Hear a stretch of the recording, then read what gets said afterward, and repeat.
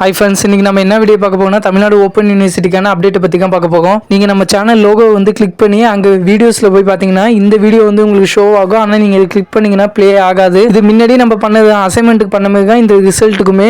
உங்களுக்கு result release பண்ணிட்டாங்கன்னா இந்த வீடியோ நான் பப்ளிக்கில் போட்டுருவோம். உங்களுக்கு நோட்டிஃபிகேஷன் வந்து நீங்கள் டக்குன்னு வெப்சைட்டில் போய் செக் பண்ணிக்கலாம். உங்களுக்கு வந்து 3 ஆப்ஷன் இருக்குது. ஃபர்ஸ்ட் ஒன் வந்து நீங்கள் நம்ம சேனல் சப்ஸ்கிரைப் பண்ணிட்டு நோட்டிஃபிகேஷன் வந்து ஆன் பண்ணி வச்சுங்க. அப்படி இல்லைனா நீங்கள் அந்த ரிசல்ட் நோட்டிஃபிகேஷன் வீடியோ வந்து கிளிக் பண்ணிங்க ப்ளே ஆகாது. அங்கே நோட்டிஃபைன்னு ஒரு ஆப்ஷன் இருக்கும். அதை கிளிக் பண்ணி நீங்கள் நோட்டிஃபிகேஷன் வந்து ஆன் பண்ணி வச்சுங்க. அப்படியே இல்லைனா நீங்க ரெண்டுத்துமே ஆன் பண்ணி வச்சுக்கலாம். நீங்க நம்ம சேனல் நோட்டிஃபிகேஷன் ஆன் பண்ணி வச்சுக்கலாம், அந்த ரிசல்ட் அந்த வீடியோக்கான நோட்டிஃபிகேஷன் ஆன் பண்ணி வச்சுக்கலாம். இப்போ வந்து இதை சொல்றதுக்காக இந்த வீடியோவான்னு கேட்டால் அது இல்லை.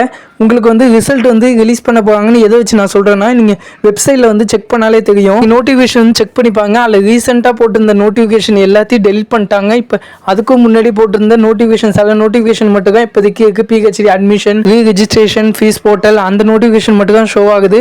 அவங்க வந்து அப்டேட் பண்ண ஸ்டார்ட் பண்ணிட்டாங்க. அதுவும் இல்லாமல் யூனிவர்சிட்டியில் வந்து இன்றைக்கி தான் மீட்டிங் வச்சாங்கன்னு நான் கேள்விப்பட்டிருந்தேன். ஓகே, அது எல்லாமே கிட்ட ரிசல்ட் ரிலீஸ் பண்ணும்போது கன்ஃபார்ம் தான். அது வந்து எப்போ ரிலீஸ் பண்ணுவாங்க நான் டேட்டுமே சொல்லிட்டேன். 10 to 15 ரிலீஸ் பண்ணுவாங்கன்னு சொல்லியிருந்தேன். ஆனால் அவங்க இப்போ வந்து அப்டேட் பண்ண ஸ்டார்ட் பண்ணிட்டாங்க. என்னன்னு தெரியல. யூனிவர்சிட்டியில் கேட்ட வரைக்குமே வந்து இன்னும் டேட்டை வந்து ஃபிக்ஸ் பண்ணலன்னு தான் சொல்லியிருந்தாங்க.